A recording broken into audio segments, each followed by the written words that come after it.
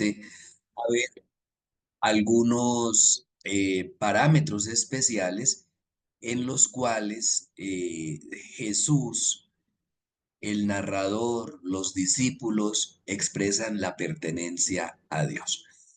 Bueno, entonces, un poco habíamos establecido primero quienes permanecen, quienes permanecen. Recordemos que la permanencia, esto es bueno tenerlo en cuenta, el verbo permanecer en griego es el verbo meno. No sé, y a mí se me hace que etimológicamente nuestro verbo permanecer en español proviene de ese verbo meno, meno, permanecer. ¿Qué hacer para meno? ¿Qué hacer para permanecer? Habría que ver qué nos dice la RAE al respecto, pero a mí me late que no está distinto, muy distante el verbo meno del verbo permanecer. Bien. Entonces, hace 8 días estudiábamos algunos textos, bueno, por lo menos los aludíamos, algunos textos donde quien permanece es el Padre, quien permanece es el Espíritu, quien permanece es Jesús, primero de manera geográfica en algún lugar y después de manera integral, como diríamos en las canciones populares, con alma, corazón y vida. Y pues hasta ahí más o menos llegábamos con la permanencia de Jesús. Creo que llegábamos hasta acá, hasta la permanencia de el Cristo. Me parece que como hicimos en oportunidades anteriores, vamos a pedirle a las personas que levanten la mano para que lean el texto que aparece en pantalla, de manera que todos puedan, o los que deseen, puedan leer en voz alta el texto que está allí. Entonces, María Elia, regálenos el texto bíblico. La gente le respondió: nosotros no sabemos por la ley que el Cristo permanece para siempre. ¿Cómo dices tú que es preciso que el Hijo del Hombre sea levantado? ¿Quién es ese Hijo del Hombre? Bueno, aquí vemos una contradicción, ¿cierto? La contradicción entre permanecer y ser quitado. Entonces, es importante ver dónde nos ubicamos. Estamos en el capítulo 12 del Evangelio de Juan, que ustedes ya saben muy bien que es el cierre del libro de los signos. Ya por comenzar el libro de la gloria, el segundo, la segunda grande sección. Pues bien, aquí, hacia el final, eh, después de que se ha manifestado la adhesión total y entrega de Jesús al Padre, tenemos entonces ahora la decisión de Jesús de presentarse más abiertamente. Y aquí vienen las personas que están junto a él haciendo como esta objeción a Jesús. La objeción es, digamos que según las escrituras, según la interpretación que los judíos, los fariseos, los saduceos, los escribas hacen en tiempo de Jesús, cuando viene el Cristo, la época del Cristo, el reinado del Cristo va a permanecer para siempre. Y Jesús les ha dicho, en cambio, que cuando el Hijo del Hombre sea levantado de la tierra, atraerá a todos hacia él. Es una contradicción porque ser levantado es ser quitado. Y dice, ¿y cómo así? Si el Cristo en realidad es el que permanece, vamos a ver que esa aparente contradicción es la manera que Jesús tiene para permanecer. También en otros episodios se dice, ejemplo, si el grano de trigo no cae en tierra y muere, pues no da fruto. Es contradictorio que la semilla tenga que ser destruida para que la vida permanezca. Y es lo que ocurre con Jesús. ¿Cómo es que Jesús permanece para siempre? no como las personas adictas al poder que se amarran para nunca bajarse de la silla de liderazgo, sino que Jesús precisamente nos enseña a través de esto que Él permanece donándose, Él permanece permitiendo ser levantado, ser quitado, que aquí tiene esas dos expresiones. Entonces, en esa línea donde habíamos visto primero, quien permanece para siempre es el Padre, es el Espíritu, es Jesús en cuanto Cristo y es ungido precisamente por su disponibilidad de hacer todo lo que el Padre hace, todo lo que el Padre le pide. Aquí los invito a que ahí en ese mismo texto bíblico vean, por favor, en el mismo capítulo 12, versículo 27, Jesús hace la oración que es paralelo a aquellas que encontramos en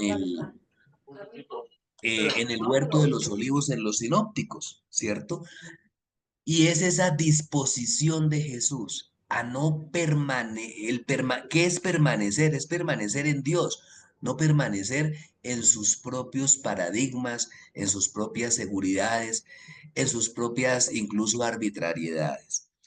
Si alguien ya encontró, lea el 12, 27 y 28, María Angélica, por favor, María Angelita. Siento en este momento una angustia terrible. ¿Y qué voy a decir? Diré, Padre, líbrame de esta angustia, pero precisamente para esto he venido.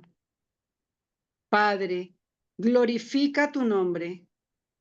Entonces se oyó una voz del cielo que decía, ya lo he glorificado y lo voy a glorificar otra vez.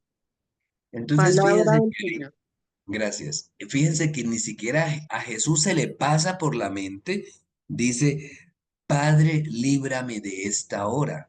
¿Cuál es la hora? La que está por suceder a partir del capítulo 13, donde entramos en el libro de la gloria, en el libro de la hora, porque la hora de Jesús es la hora de su glorificación. Entonces, en este momento donde Jesús está planteándose la posibilidad de pedirle al Padre que lo releve, Padre, líbrame de esta hora, él no ora así. Vea que el Evangelio de Juan es mucho más profundo en este aspecto.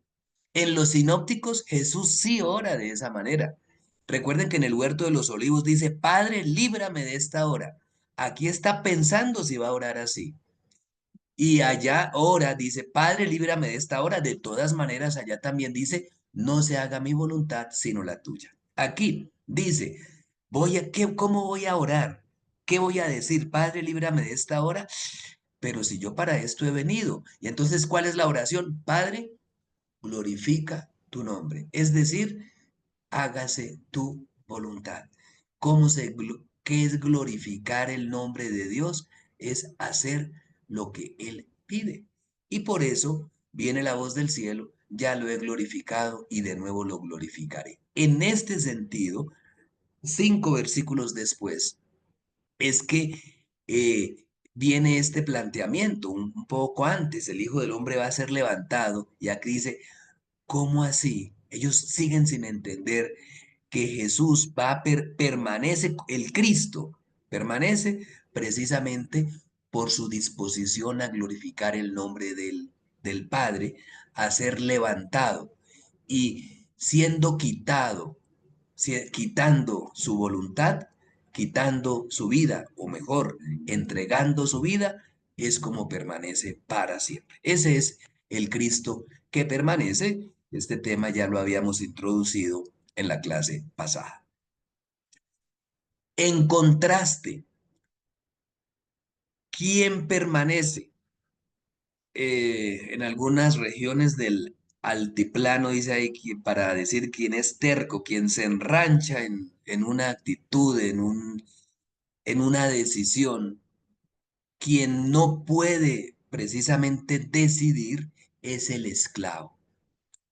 Y por eso en el capítulo 8 versículo 35, si quiere alguien levante la mano y lea, Germán,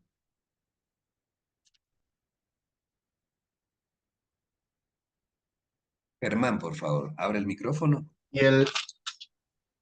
Y el esclavo no pertenece, no permanece en la casa para la eternidad. El Hijo permanece para la eternidad. Entonces aquí vean cómo hace esta distinción, que precisamente es la que se encuentra entre el, entre el hijo y el esclavo. Recordemos que en ese mundo greco-romano había dos tipos de ciudadanos solamente, el esclavo y el libre. El esclavo podía llegar a ser liberto, pero no adquiría exactamente los mismos derechos. ¿Cuál es la diferencia entre el hijo y el esclavo? El esclavo, precisamente, permanece, está siempre con el amo, porque le toca. El hijo está en la casa porque es hijo. Como cuando alguien sí, se queda en su hogar, en su casa, bueno, porque la quiere cuidar.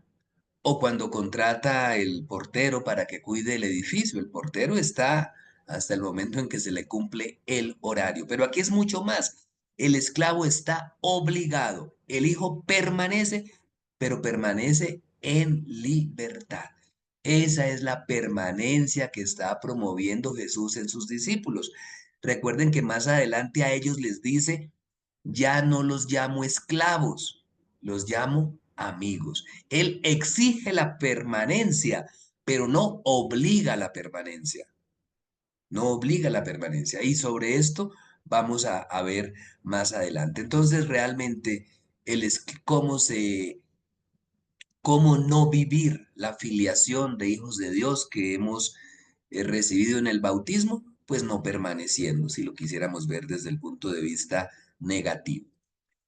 Siguiente elemento, un poco de la misma dimensión de la esclavitud, el pecado. ¿Cómo bueno, primero leamos el texto y es en el contexto, Islenia Street, es en el contexto de la curación del ciego del nacimiento, ya es al final, estas son las últimas palabras que Jesús pronuncia allí frente a los fariseos que habían cuestionado cuando él le devuelve la vista al ciego de nacimiento y diciendo, yo he venido para para que los que no ven vean y los que ven se vuelvan ciegos. Y ahí como un poco tratando de defenderse los fariseos dicen, ¿y es que nosotros somos ciegos? ¿Cómo así? Entonces leamos ese versículo 41, Isleti. Jesús le respondió, si fuerais ciegos, no tendríais pecado, pero como decís, vemos, vuestro pecado permanece.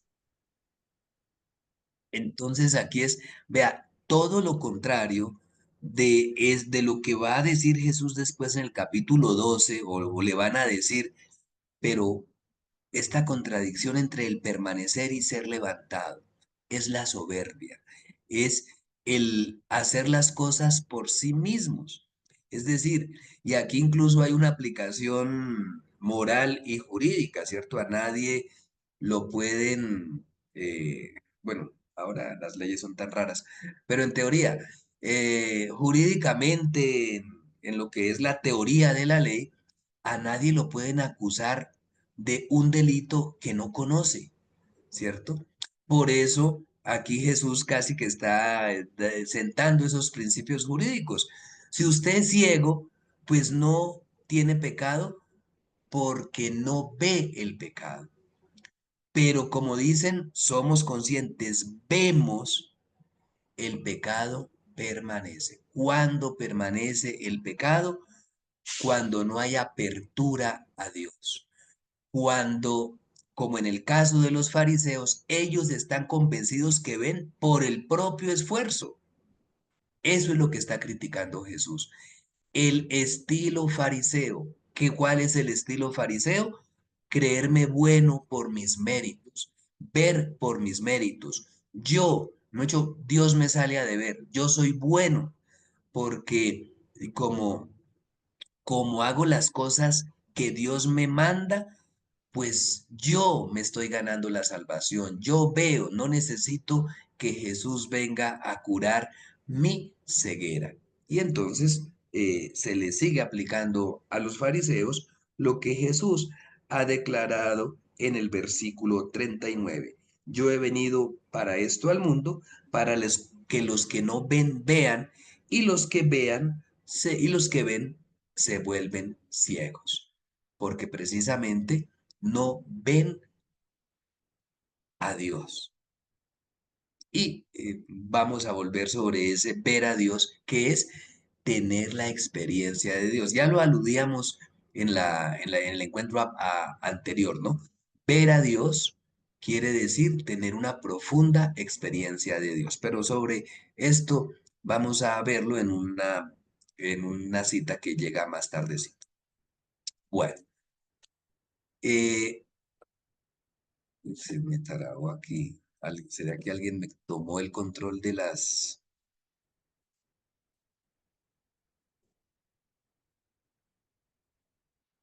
Momento, ya. Bueno, otras cosas que no permanecen. Leamos al final del Evangelio el 19:31. Jorge Humberto,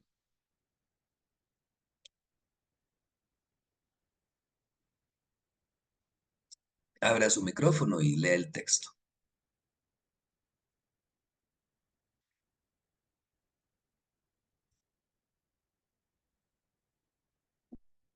Jorge Humberto, o si no, otra persona que levante la mano. María Elia.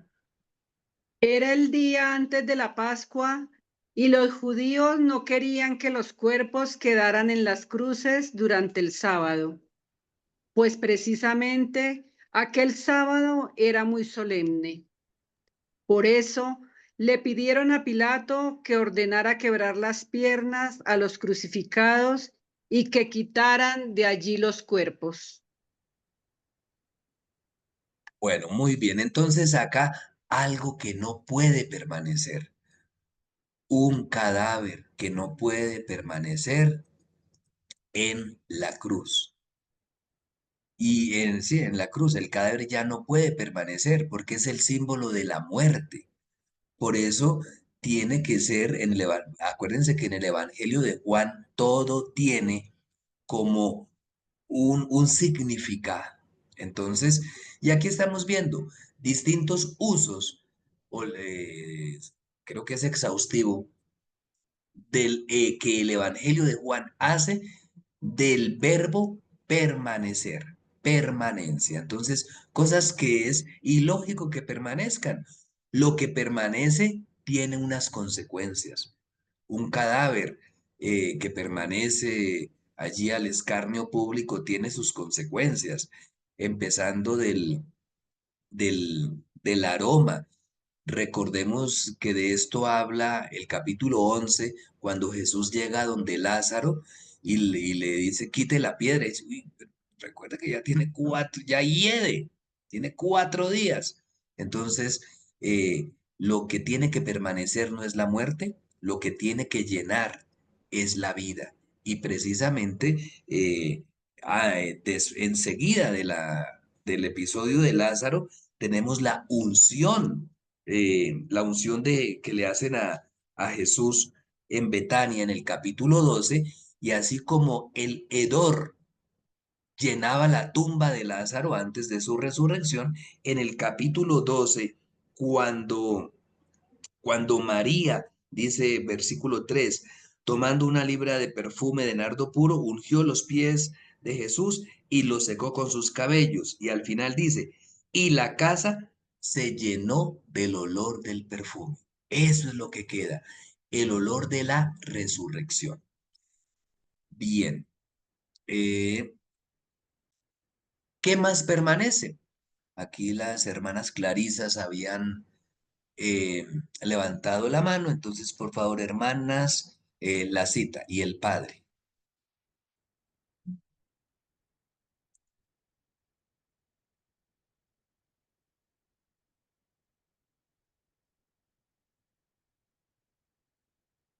¿Al 5:37? Sí, 5:37 al 38.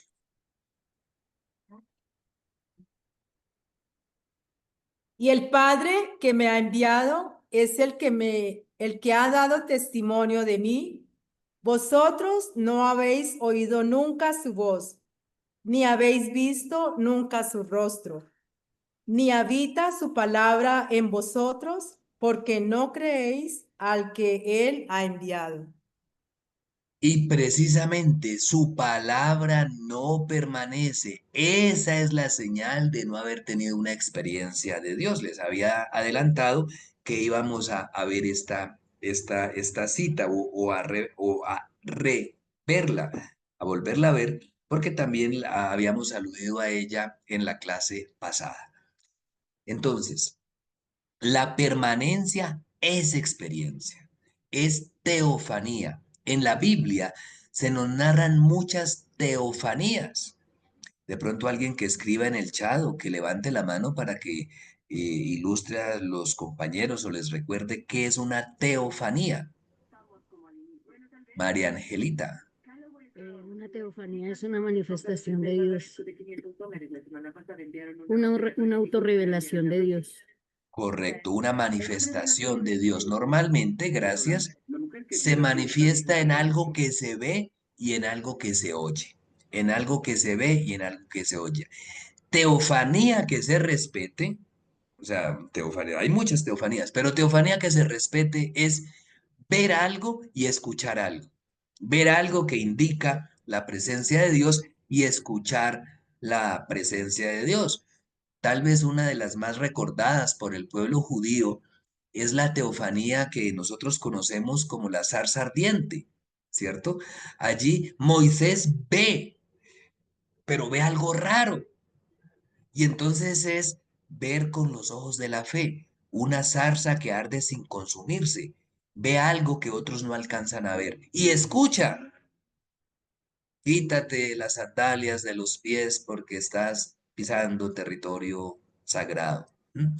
Eso es una teofanía. En el Nuevo Testamento también tenemos teofanías. Los sinópticos, por ejemplo, nos muestran la transfiguración, ¿cierto? Dice, vieron que se transfiguraba su cuerpo y vieron a Moisés y a Elías. Y una voz del cielo, este es mi hijo, el amado, escúchenlo. O también la teofanía que nos narra, por ejemplo, Hechos de los Apóstoles, cuando cuando al respecto narra la conversión de Pablo. ¿Qué es la conversión de Pablo? Sino una cristofanía, ¿sí? Dice, vio una luz y escuchó una voz. Saulo, Saulo, ¿por qué me persigues? Entonces, aquí, cuando los judíos le están poniendo pereque a Jesús, porque él ha curado al paralítico en sábado y para defenderse ha dicho, mi padre trabajo, mi padre trabaja y,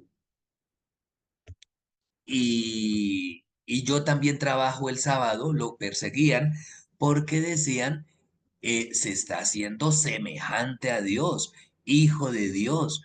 Eso es un escándalo. Pues aquí en este discurso que sigue a esas calumnias que le hacen a Jesús, pues entonces es que Jesús como que voltea todo contra los judíos, que son las autoridades judías hostiles a Jesús.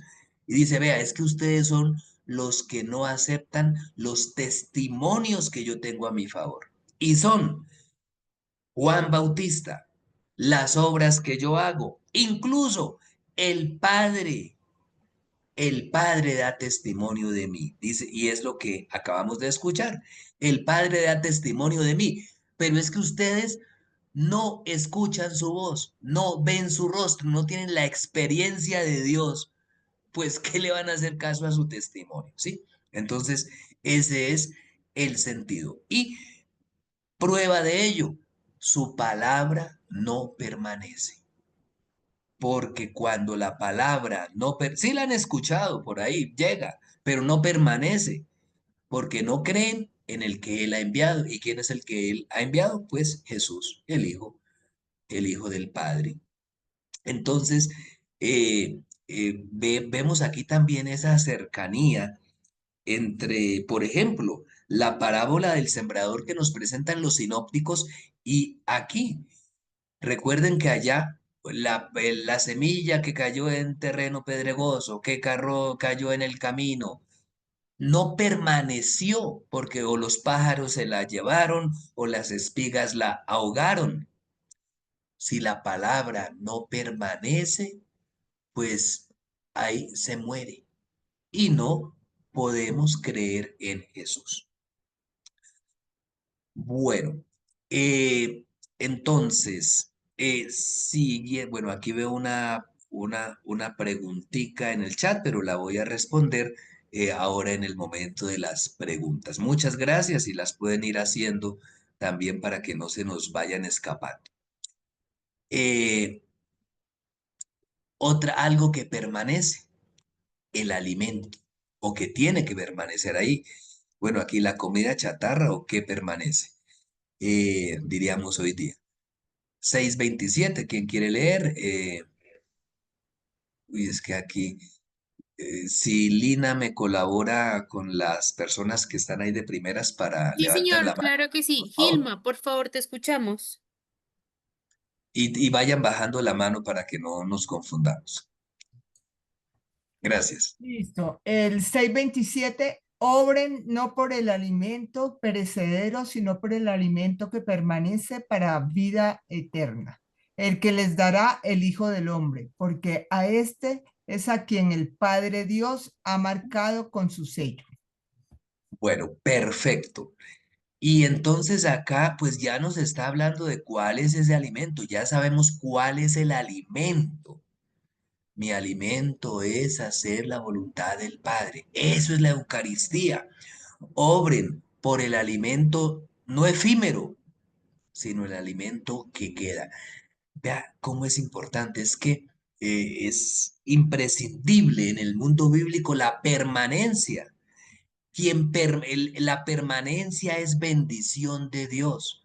Lo efímero es señal del, de la lejanía de Dios. Cercano, permanente. Lejano, efímero.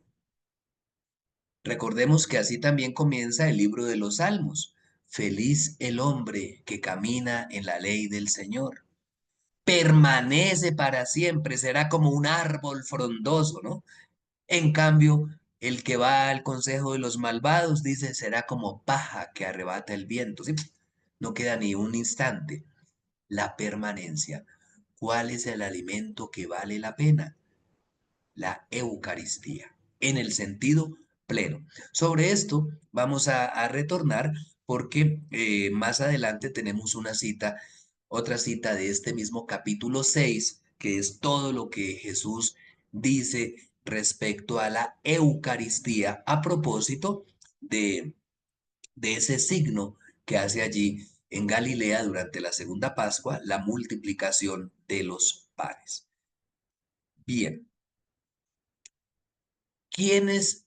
Y aquí nos vamos acercando a, bueno, quiero leer primero el grano de trigo. Sí, señor, vamos a darle la palabra a Jorge Humberto. ¿Ya nos escuchas? Sí, señora, qué pena no había activado no sabía de dónde activarlo, pero ya pues buenas noches. Tranquilo, te escuchamos, Jorge. Bueno, muchas gracias. en verdad os digo que si el grano de trigo no cae en tierra y muere, allí queda él solo, pero si muere, da mucho fruto. ¿cierto? Entonces, allí permanece solo, ¿sí? Es la palabra, es la traducción. Digamos como para ver dónde está el permanecer por ahí que a veces ustedes dicen en sus traducciones, pero aquí dónde dice permanecer, ¿cierto? Porque las Biblias que tenemos pues tienen traducciones que se entienda un poquito el contexto. Entonces, vean cómo esto se parece mucho a lo que va a decir 12, ¿qué? 10 versículos después, que ya leímos, el 12:34, ¿cierto? Eh, Nosotros sabemos que el Cristo permanece para siempre. Recuerden la objeción, estamos en ese capítulo 12 con el que comenzamos, la objeción que le hacen a Jesús los, eh, los judíos, que los griegos, probablemente los judíos de habla griega, y este es el sentido de la vida que propone Jesús. Es darse. Cuando alguien se da, permanece. Y eso lo vivimos cotidianamente. Ese es el discipulado. Darse por la persona que ama. El hijo, el papá, la mamá, el esposo, la esposa, el hermano, la hermana. Si el grano de trigo no muere, no se da, no se ofrece, permanece, pero en lo negativo, permanece solo.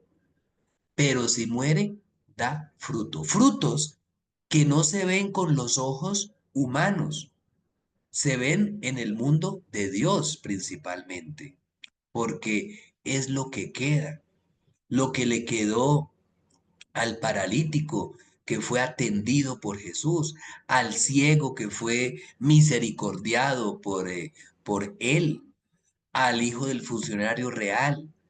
Bueno, en fin, los 7 signos nos muestran eso, cómo a Jesús le interesa de los demás y le interesa para que creamos que esa es la propuesta, que eso es. Lo que Jesús dice no es para, ni siquiera para que hagamos cursos bíblicos como este, eso no es lo principal. Lo principal es lo que Jesús dijo o lo que alguien más dijo antes del primer signo. Haced lo que Él os diga, que hoy en el día del Rosario pues recordamos, ¿cierto? Lo que le dice la madre de Jesús a los esclavos, hagan lo que Él les dice. Y entonces acá es dar ese fruto que precisamente de ese fruto se habla aquí ya en la segunda parte, en ese discurso posterior a lo de la vid. Entonces leamos, por favor. Hermanas Clarisas de Neiva.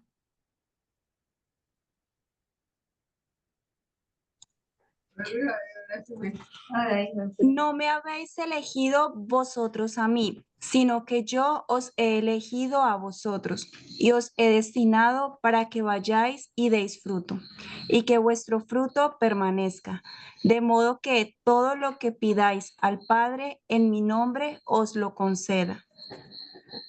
Gracias, hermana. Y mire cómo podemos ver la relación entre lo que Jesús dice al final del libro de los signos y lo que dice en el libro de la gloria. Nos había dicho, si el grano muere, da fruto. Y aquí dice, bueno, pero tiene que ser un fruto que permanezca, ¿cierto? Esa es la predestinación, la única predestinación en la cual Jesús cree y pide que creamos. Estamos predestinados como discípulos a dar fruto. Y por eso y esa es la elección. Vea toda la riqueza que tiene este versículo. Primero que todo, somos los elegidos por Jesús, los elegidos por el Cristo. Qué privilegio que no seamos el descarte de Dios, somos la elección de Dios y destinados para dar un fruto no efímero, que son las obras, es la vida del discipulado, sino que es un fruto que permanece. Y ahí está la vinculación a la oración. La oración es consecuencia de los frutos que Dios concede. Y de eso es muy claro, eh, no, es muy claro Jesús. Jesús nunca ora agradeciéndole a Dios por los logros que le ha permitido. Jesús no habla en ese lenguaje. Jesús cuando ora dice las obras que el Padre me ha concedido. No dice mis logros, son las obras que el Padre me ha concedido. Vean que aquí también nos está dando un ejemplo de humildad. A veces hasta cuando le agradecemos a Dios con sinceridad por las cosas buenas, vemos eso como logros.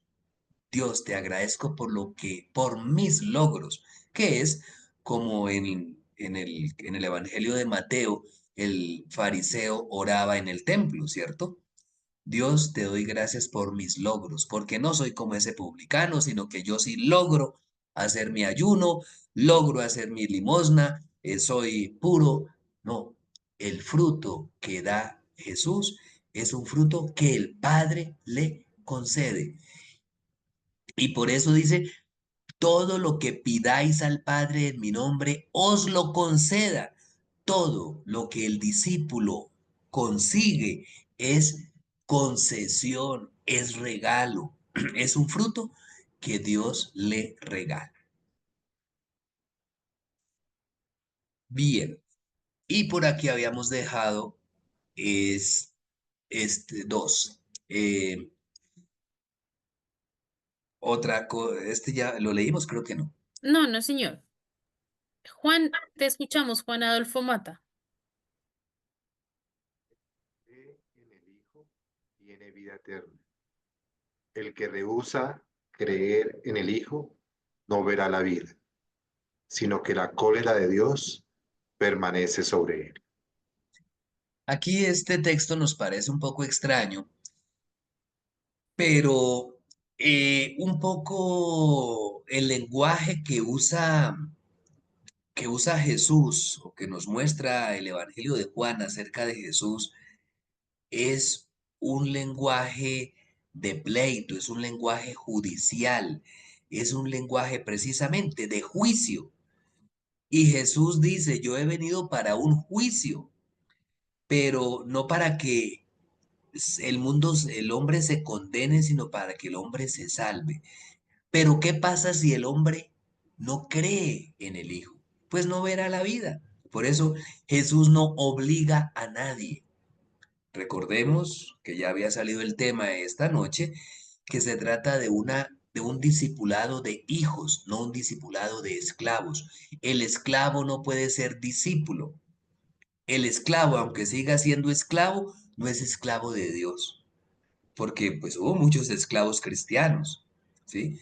Pero esclavos que le rendían honor a su amo, pero de corazón se habían vuelto creyentes y cristianos, como es el caso de Onésimo, que ustedes pueden ver esa relación en la carta a Filemón que escribe San Pablo. Ahí podemos ver la relación entre un esclavo que decide ser cristiano. Bueno, pues bien, aquí eh, solo quien cree en Jesús podrá salir del juicio de Dios. Recordemos que también en el mundo judío y en el mundo del Antiguo Testamento se hace mucho énfasis en ese juicio por el pecado. Pero el Evangelio de Juan, cuando el Bautista presenta a Jesús, ¿qué dice? He aquí el Cordero de Dios que quita el pecado del mundo. ¿Y por qué quita el pecado del mundo? Porque el creyente se convierte en eso, en creyente, cree y entonces ya no queda en el ámbito del juicio, sino el ámbito de la vida. Y esta sección cita la quería terminar acá con la alusión a los judíos. 8:31.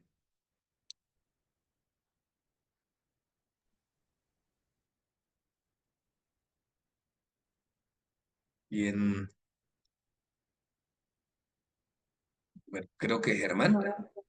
Decía pues Jesús a los judíos que habían creído en él: si permanecéis en mi palabra, seréis verdaderamente mis discípulos.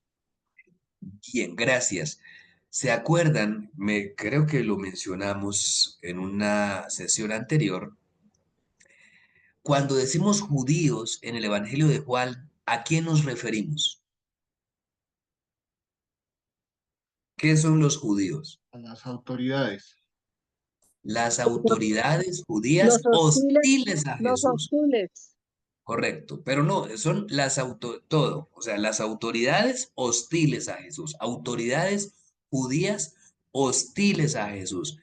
Pero vea lo que nos anuncia esta buena noticia que nos anuncia el capítulo 8 allá en ese discurso de Jesús después del episodio del perdón de la mujer adúltera y en esa discusión del testimonio de Jesús sobre sí mismo. Pues aquí Jesús comienza diciendo esto, o el narrador, Jesús decía esto a los judíos, a las autoridades judías hostiles a Jesús que habían creído en él. Esta es una buena noticia, ¿por qué? Porque podemos, o sea, nada está cerrado delante de Dios. Hasta el prototipo de la increencia y de la hostilidad que son los judíos, pueden creer en él. Por eso dice, un judío, que aquí son, ya ustedes saben, las autoridades judías hostiles a Jesús, pueden creer en él. Esto es súper importante. Una persona totalmente contraria, como decía Aznar, en las antípodas de Jesús, puede creer en él, porque esa es la fuerza del Espíritu. Y el Evangelio da unas pinceladas al respecto. Ya también lo decía de manera un poquito sutil en el versículo 23 del capítulo 2, cuando dice que mientras estuvo en Jerusalén, muchos creyeron en él al ver las obras que hacía. Y pues, ¿quiénes creyeron en Jerusalén? Pues seguramente muchos judíos, pero no solo porque, pues también a Jerusalén iban galileos, iban judíos de la diáspora a, a, a las peregrinaciones. Entonces, ¿qué pasa si un judío cree en Jesús?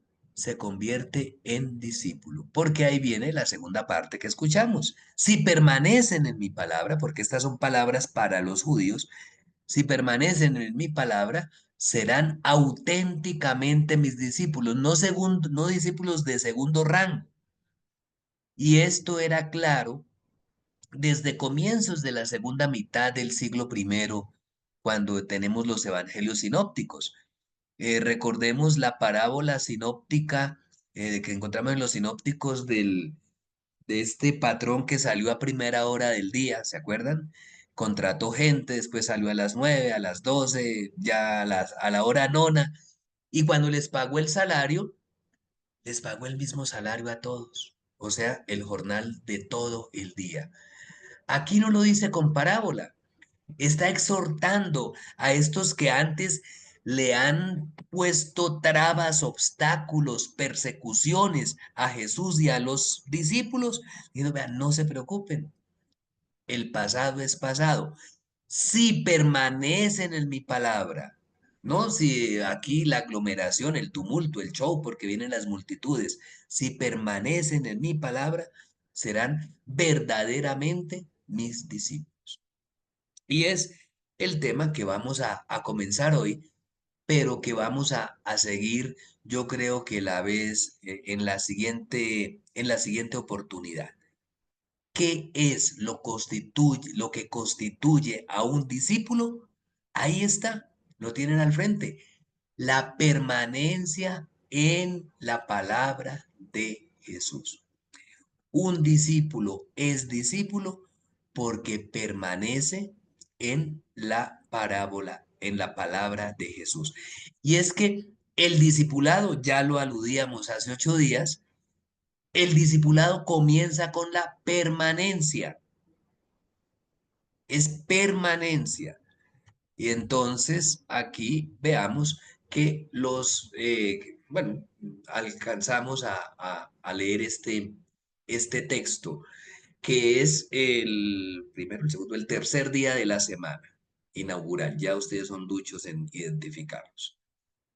Bueno, ¿quién nos va a ayudar a leer el texto? Juan 1, 35 al 39. Blanca Díaz, te escuchamos.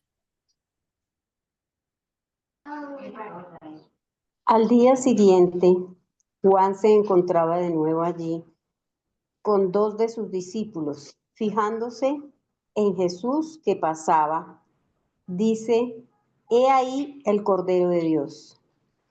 Los 2 discípulos le oyeron hablar y siguieron a Jesús. Le oyeron hablar así y siguieron a Jesús. Jesús se volvió al ver que lo seguían y les dice: ¿Qué buscáis? Ellos le respondieron: Rabí, que quiere decir maestro. ¿Dónde vives? Le respondió: Venid y lo veréis. Fueron pues y vieron dónde vivía y permanecieron con él aquel día. Eran más o menos la hora 10. Bueno, muchas gracias, Blanca. Entonces aquí vemos varios aspectos. Es este día, el tercer día de la semana. Y ya habíamos aludido a él porque en la clase pasada habíamos estudiado cuando Jesús era el que permanecía. Entonces, a ese propósito, cuando a él le preguntan dónde permaneces, que significa dónde vives, o cuando el narrador dice, ellos fueron y vieron dónde vivía. Pero ahora vamos a comenzar y sobre esto continuaremos el siguiente martes.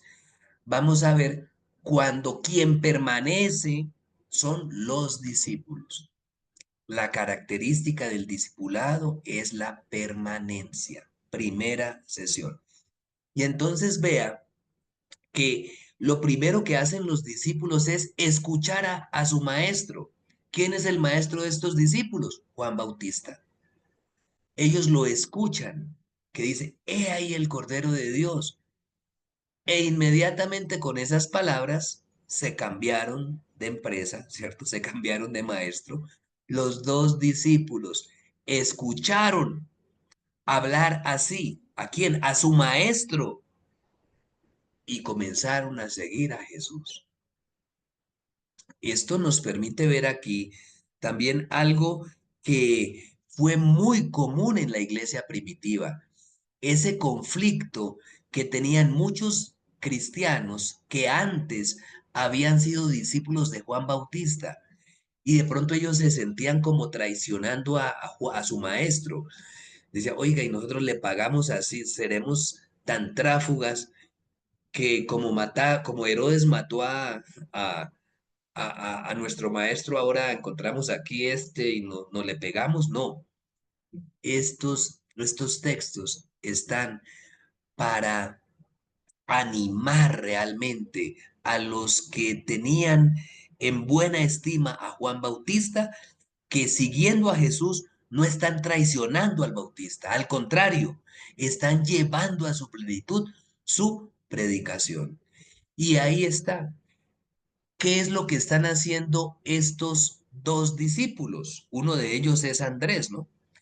¿Qué están haciendo estos discípulos? Están en búsqueda.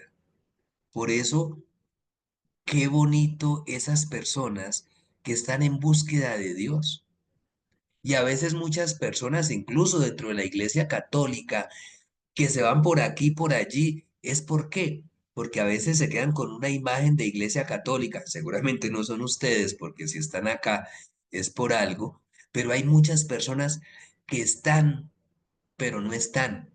Están sin permanecer, dijéramos, ¿cierto? Están ahí de cuerpo presente, así como sin alma, corazón y vida. Entonces, pero hay personas que andan buscando.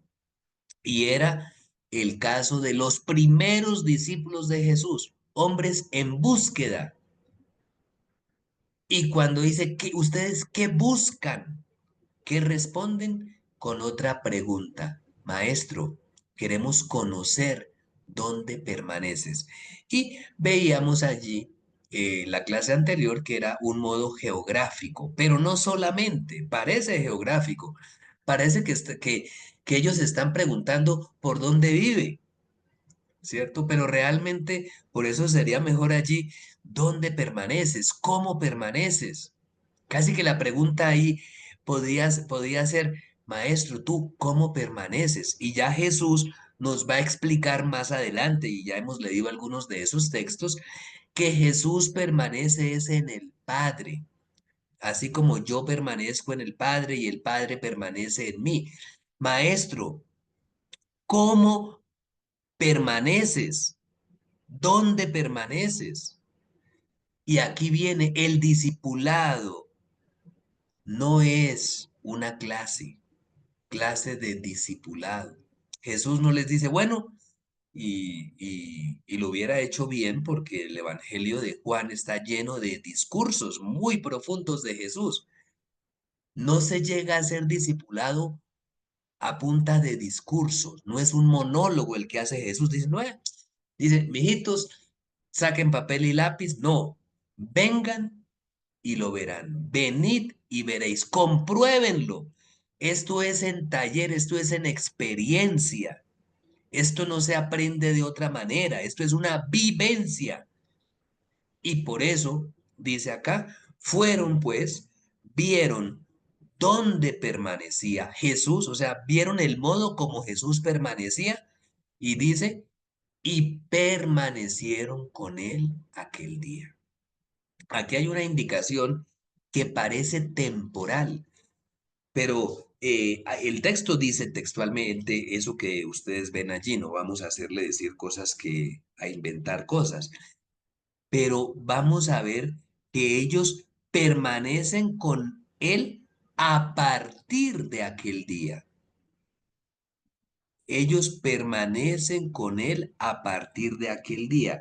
Muestra de ello, muestra de que ellos están en experiencia con Jesús. ¿Y ellos creen en Jesús? No, no creen en Jesús. Están en periodo, no se llama, periodo de experiencia. Iba a decir periodo de prueba, pero no es periodo de prueba. Es periodo de experiencia. Y ya llegaron a la plenitud del amor y de la decisión. No, ni creen. Pero prueba de que están permaneciendo y que a partir de allí, no fue solo aquel día, es que cuando a Jesús lo invitan a las bodas de Caná, también estaba allí Jesús. Versículo 1:35. Ay, perdón. 2, versículo 2:2. Al tercer día se celebraba una boda en Caná de Galilea y estaba allí la madre de Jesús. Fue invitado también a la boda Jesús con sus discípulos. Casi que ya los demás se entienden que, no, así como cuando ustedes hacen la invitación de boda para sus hijos. Nos invitamos a este, toca con la esposa y los hijos, y bueno, si invitamos a Jesús, pues toca con los discípulos. No podemos invitar a Jesús sin los discípulos. La madre, pues solita ya se cuela, ¿cierto? Ahí no dice que la invitaron. Ella, ¿cierto? Pero a Jesús sí lo invitaron con los discípulos. Eso que muestra que ellos permanecieron siguiéndolo, viéndolo, viendo allí cómo desarrollaba su ministerio. Entonces, es esa la importancia de la permanencia. No es que permanecer es ya todo. La permanencia es un proceso, ¿sí? La permanencia, la permanencia es un proceso. Bueno, no sé, no veo mi imagen, pero la permanencia no es quedar aquí y ya, ¿cierto? La permanencia no es algo estático. La permanencia, repito, es un proceso y lo vemos en el caso de Jesús. Entonces, eh, en ese sentido, la permanencia no es como permanecer el mouse sobre el pad mouse y ya, no, es todo un proceso que Jesús nos va indicando y que Jesús pues va permitiendo a los discípulos. Por eso ellos permanecen. ¿Y cuál es el fruto de esa permanencia al final? Que ellos van a predicar el evangelio, que ellos van a sufrir la hostilidad. Pero usted no le pida eso a alguien al comienzo de su proceso, pídaselo al final. Y ustedes, eh, ese proceso de permanencia siempre se da.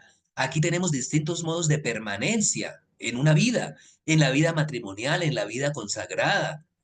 Aquí las hermanas clarisas, que creo que están por lo menos de 2 conventos, no llega una muchachita por allá al convento y dice, ay, yo vengo aquí y a tener una experiencia, a permanecer con ustedes. Y entonces la Madre Superiora le dice, bueno, entonces mañana a las 10 de la mañana hace los votos. No, ¿cierto? Es el permanecer, va conociendo, se va empapando, va adquiriendo ese sentido de pertenencia. Lo mismo, usted no, es que fue amor a primera vista. Y entonces usted en amor a primera vista no le va pidiendo matrimonio a alguien de quien se enamoró a primera vista y casémonos el próximo fin de semana, ¿no? ¿Cierto? El amor en el matrimonio también es fruto de la permanencia, del conocimiento. Venid y veréis, es la propuesta de Jesús. Bueno, vamos a dar entonces, como ya es costumbre, espacio al, a las preguntas. Había creo que un par en el chat antes. Sí, Entonces, bueno, señor padre. Lina nos colabora con ello. Sí, señor padre. Bueno, la primera pregunta es de Betsabe Escobar. Nos preguntan, ¿por qué decimos el Hijo del Hombre y no el Hijo de Dios? Bueno, gracias, Betsabe. Interesante pregunta para aclarar el lenguaje. Realmente nosotros no decimos hijo del hombre. Nosotros decimos hijo de Dios cuando nos referimos a Jesús. Lo que pasa es que hijo de, hijo del hombre es el título predilecto por Jesús para hablar de sí mismo.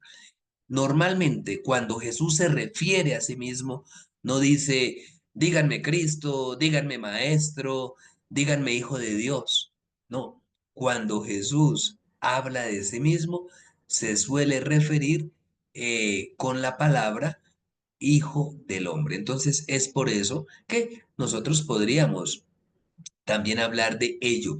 Hijo del Hombre probablemente es un título que viene por allá del libro de Daniel, pero que aplicado a Jesús, cuando dice el Hijo del Hombre, es el modo, Hijo del Hombre es, el modo de ser humano es este. Cuando Jesús se manifiesta como el Hijo del Hombre es, vea, yo les voy a enseñar cómo ser hombre, ¿sí? Cómo es ser humano. Que vea, aquí, vea, voy aquí a arremangarme la, para decirles en primera persona, les voy a enseñar cómo ser hombre, la plenitud de hombre. El verdadero hombre es el que se comporta como lo hago yo, el que ama como amo yo, el que se entrega a la voluntad del Padre como lo hago yo. Entonces, por eso a él le gusta mucho ese título, Hijo del Hombre, y lo usa con frecuencia, tanto que los evangelios nos lo reportan bueno, con bastante frecuencia, valga la redundancia. Muchas gracias, padre. Lidia nos dice, la ira y la cólera de Dios es una concepción más del Antiguo Testamento, ¿cierto? Un Dios colérico y castigador, no un Padre amoroso que no es vengativo. Bien, correcto, Liria.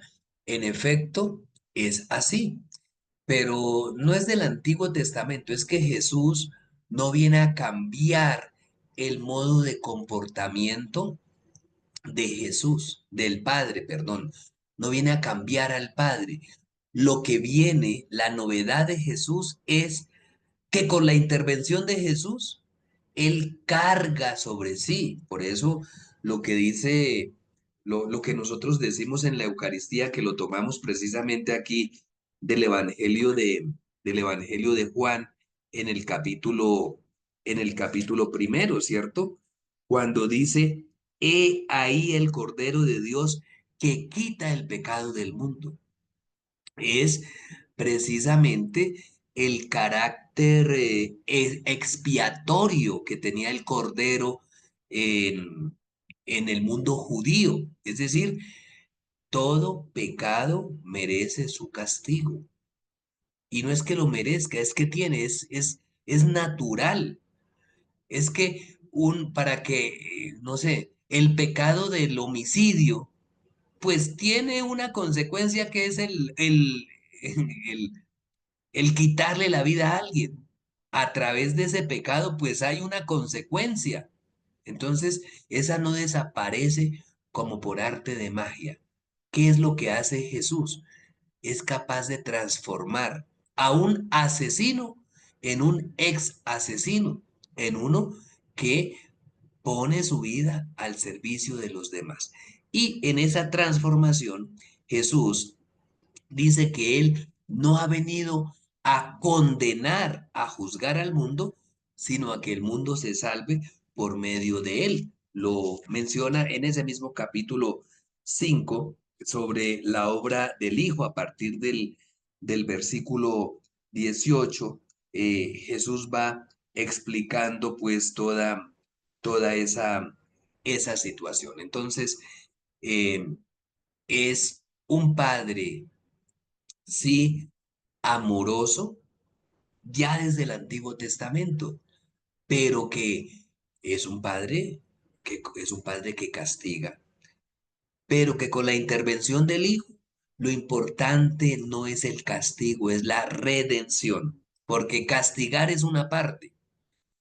El castigo es, no es una solución. El castigo eh, como que quita la culpa de alguien, pero hasta ahí llega. Jesús va más allá, ¿cierto? No sé, pensemos en un delincuente que comete un delito que merece un año de cárcel, paga su año de cárcel y ya es libre, pero no es inocente, ¿sí? Sigue siendo el delincuente, el que cometió el delito. ¿Cuál es la obra de Jesús? Él no se preocupa por el año de cárcel, él se preocupa por hacer de ese delincuente un hijo de Dios que o en quien la palabra de Jesús permanece y es su discípulo, ¿cierto? Si mi palabra permanece en ustedes, seréis auténticamente mis discípulos. Bueno, muy bien. Bueno, aquí María Elia dice, ¿qué significa antípodas? Es estar en el otro extremo, ¿cierto? Estar en el otro extremo. Es todo lo contrario.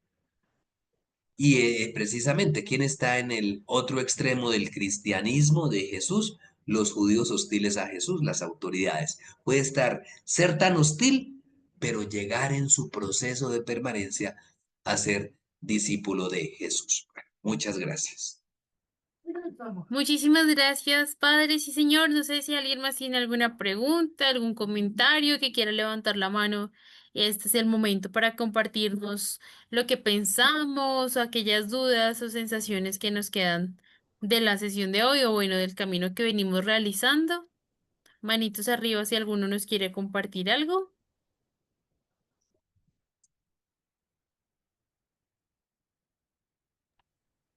Por aquí Maribel le dice le agradece al padre. Es que ya hoy está teniendo dificultades con su micrófono, no logra activarlo.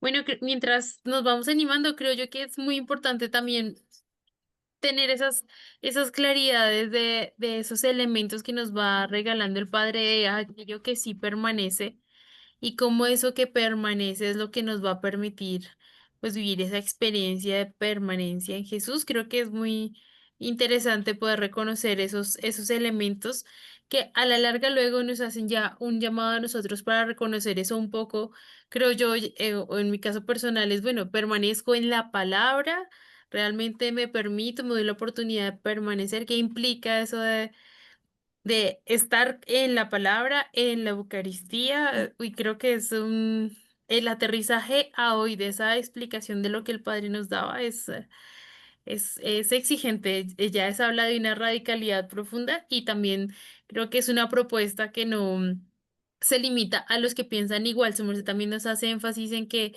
Jesús se dirigió a todos, especialmente a aquellos que estaban en la otra orilla, y aún así ellos también tenían capacidad de, sobre todo en este tiempo de tanta división y de tanta polaridad, que pueden haber muchos juicios de valor que afectan a unos y otros, es también para nosotros una alternativa de camino para decir, bueno, siempre está la opción por Jesús, la propuesta por Jesús, y aquí estamos. Pues bueno, por aquí nos dicen, está levantando la mano Liria. Liria, te escuchamos. Sí, no consigo la manito. Tranquila, Liria. Mira, yo tengo una pregunta que me quedó danzando en la cabeza desde la clase pasada.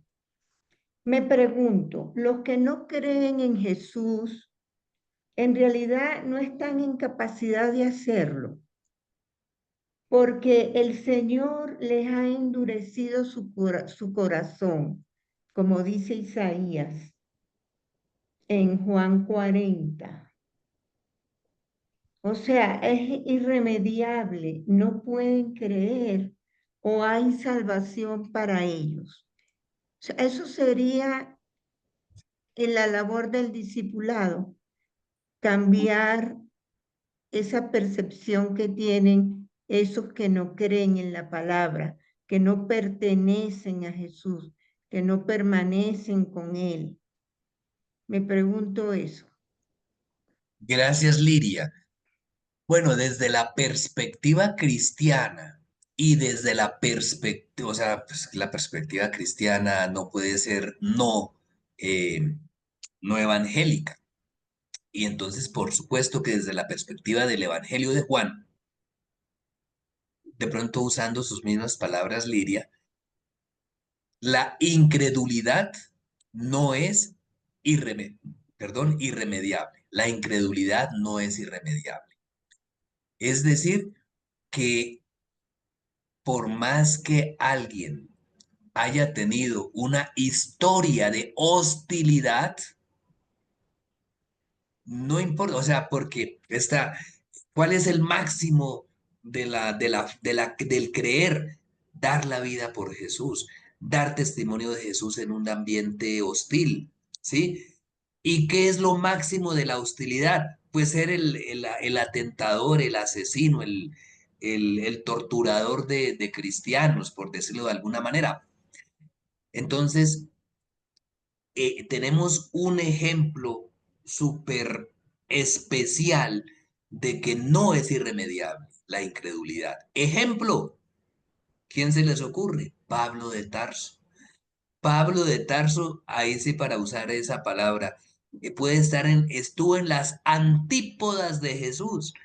No solamente era un fariseo, no solamente era un judío, era un perseguidor de cristianos, sin que nadie se lo estuviera pidiendo. Él, por ser tan recalcitrante, intransigente, por su formación, y lo hacía de corazón, fue y le pidió permiso al Sanedrín para ir a arrestar cristianos a Damasco, a Siria, ¿sí? Lejísimos.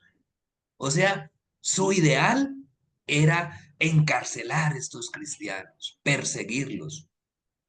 Y resultó el más sagaz, útil y entregado de esos mismos cristianos. ¿Qué lo transformó?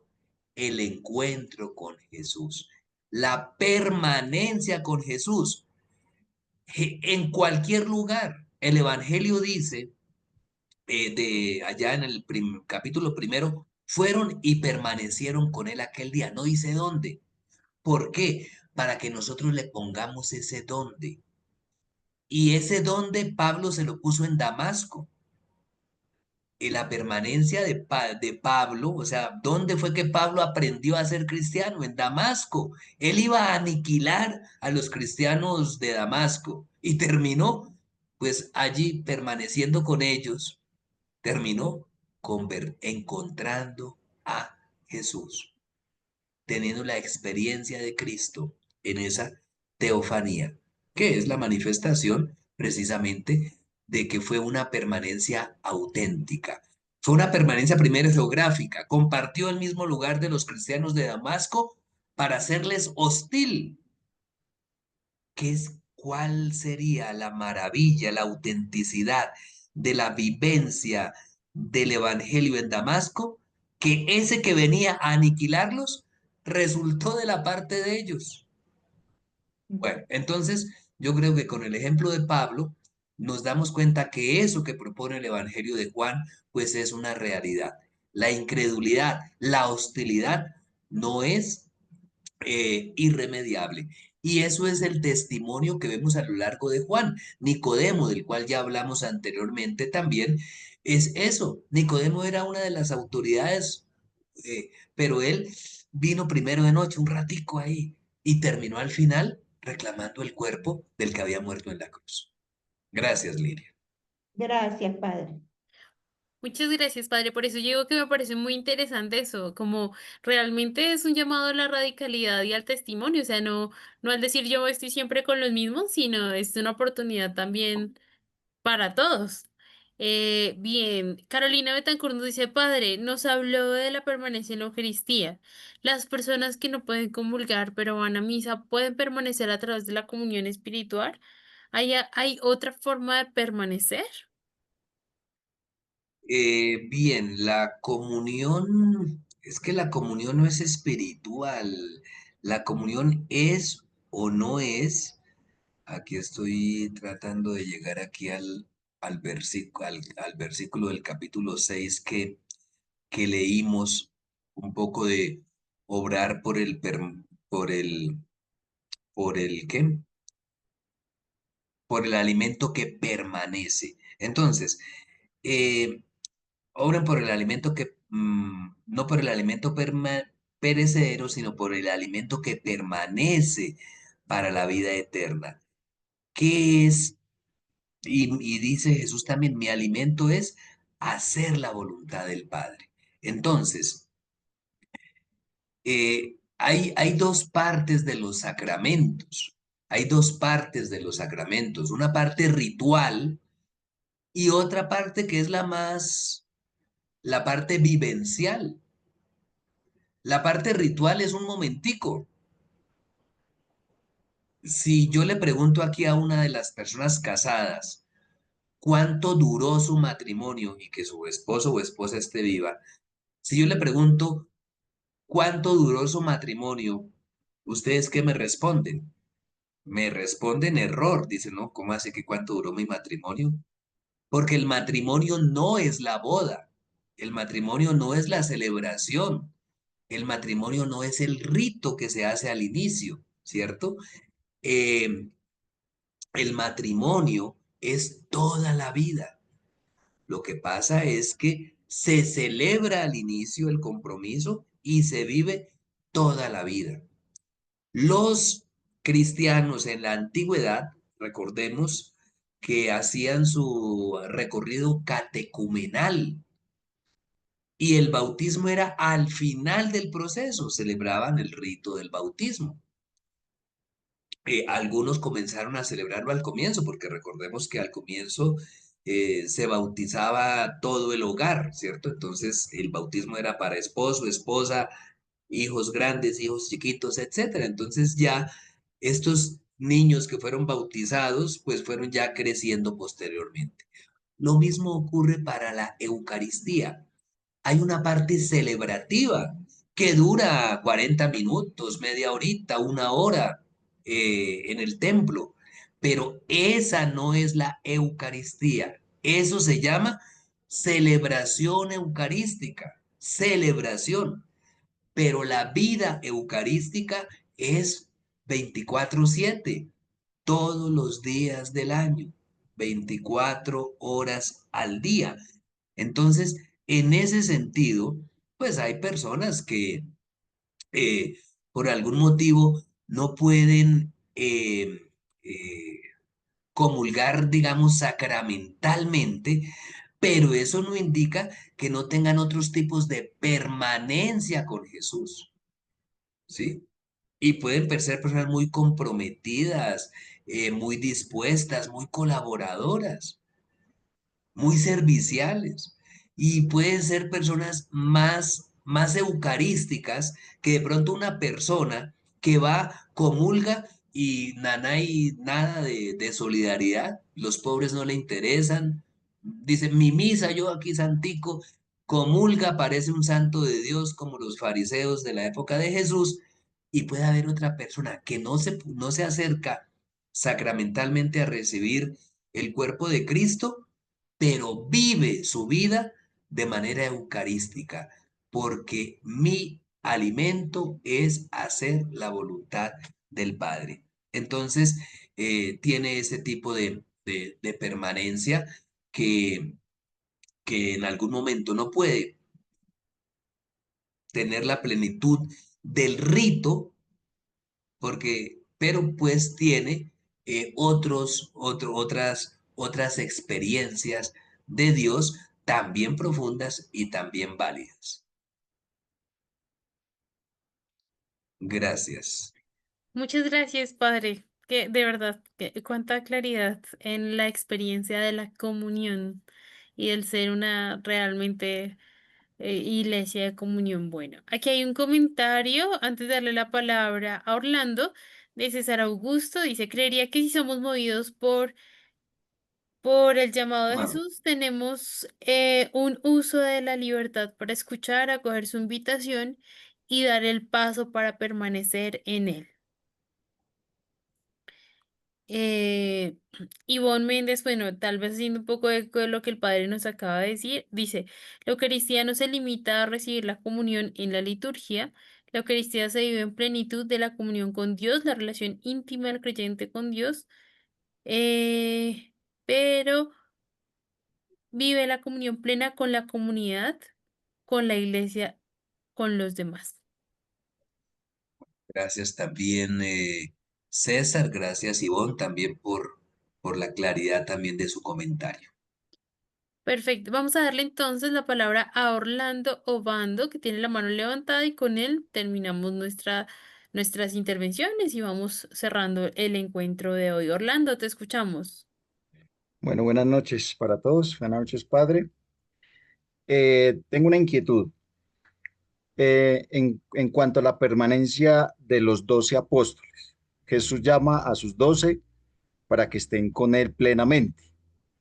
Pero vemos que de pronto en la prueba, en el momento más difícil para Jesús y también para ellos, ¿no? Porque vemos cómo Pedro en ese momento lo niega, vemos cómo Tomás también, ¿cierto? Duda, y vemos cómo Judas, pues, vende a Jesús. Entonces, padre, la pregunta es la siguiente. En cuanto a la permanencia con Jesús, hay diferentes grados y para la vida nuestra, ¿no? ¿Cómo, pues, de pronto nos podemos comparar con esos discípulos en esos grados, ¿no? Podemos ser un Judas, podemos ser un Tomás, podemos ser un Pedro en el momento de la dificultad, en el momento de la prueba, en cuanto pues a la pertenencia, ¿no? Bien, gracias, Orlando, también por su pregunta. Y yo creo que como lo alcancé a mencionar hace un momento, o bueno, en algún momento durante la noche, la permanencia no es un hecho puntual, sino que es un proceso. Por eso les decía, ¿cierto? Eh, no sería ni siquiera como decía Vicente Fernández de hay que llegar o saber llegar, no. Es llegar y permanecer. No es el discipulado, no es, no sé, como esos, uy, bueno, como esos concursos de pronto de subir un poste y el atleta, ¡pum!, llega y listo. No, es que no se trata de subir a lo máximo y tocar y listo, tin, tin, tin, gané. No, es llegar. Lo difícil o lo interesante no es llegar, que ya puede ser requerir toda la mente, el cuerpo, el espíritu, sino permanecer. Y es lo que los evangelios sinópticos llaman la vigilancia. Velad y orad para no caer en el momento de la prueba. Es eso, es la vigilancia, es el estar atentos, es el estar pendientes de todo. Eh, porque si usted no es vigilante, pues se daña toda relación, la relación con Cristo, la relación con Dios, la relación con el esposo, con la esposa, con la comunidad, en el caso de los religiosos y las religiosas, ¿sí? No es decir, uy, lo logré, no, es permanecer en ese proceso de permanente relación con Jesús. Entonces, es eso. ¿Qué le pasó a Judas? Pues lo logró y acompañó y estuvo con Jesús, pero en el momento de la dificultad se decepcionó tanto que traicionó a Jesús. Pedro dijo, aunque todo el mundo te niegue, yo, mejor dicho, daré mi vida por ti. Y fue el primero que lo negó, pero después se reivindicó precisamente prometiendo esa permanencia. Pedro, ¿me amas? Bueno, es decir, eh, no hay que confiarse. Yo puedo tener un proceso de discipulado, pero como decían o dicen los antiguos, en la puerta del horno se quema el pan. Es permanecer para siempre. Entonces, bueno, les agrade. Ay, sí, al comienzo pensé que no iba, que ya muchos no habían permanecido en la clase, pero no, veo que está más o menos el mismo numerito de siempre los que ven estos encuentros de manera sincrónica. Entonces, muchas gracias a todos por su atención de esta noche. Muchas gracias por sus preguntas, por su participación y bueno, Dios mediante, pidámosle al Señor que nos dé la gracia de la permanencia. Amén, Padre, muchísimas gracias nuevamente por tu sabiduría. Cada vez van surgiendo como más dudas, inquietudes. De pronto el silencio del inicio era porque estábamos intentando procesar todo esto que vamos aprendiendo, que es tan fructífero ahora en primera persona. De este camino que vamos realizando. Gracias de verdad por tanta generosidad con nosotros. Esperamos ser fieles estudiantes hasta el final. Varias personas también siguen las clases fuera de línea, entonces un saludo a aquellas personas que estarán ahí escuchando también. Pues Padre, gracias de verdad, que Dios lo bendiga y multiplique toda su sabiduría y muchas gracias a todos por su sintonía, por su permanencia. Nos vemos, ahí sí permanencia y perseverancia. Nos vemos con el favor de Dios el próximo martes a las 7 de la noche para continuar este itinerario. Padre, gracias, Dios lo bendiga, gracias a Gracias, todos. Padre. Feliz noche, que Gracias, descansen. Gracias, Padre, por Padre. la Muchas gracias, Muchas Lina. gracias, Padre. Muchas gracias a Gracias, todos. Un Padre, abrazo a bendecida a todos. todos. Una feliz Bendiga. noche. Abrazo. Descansen.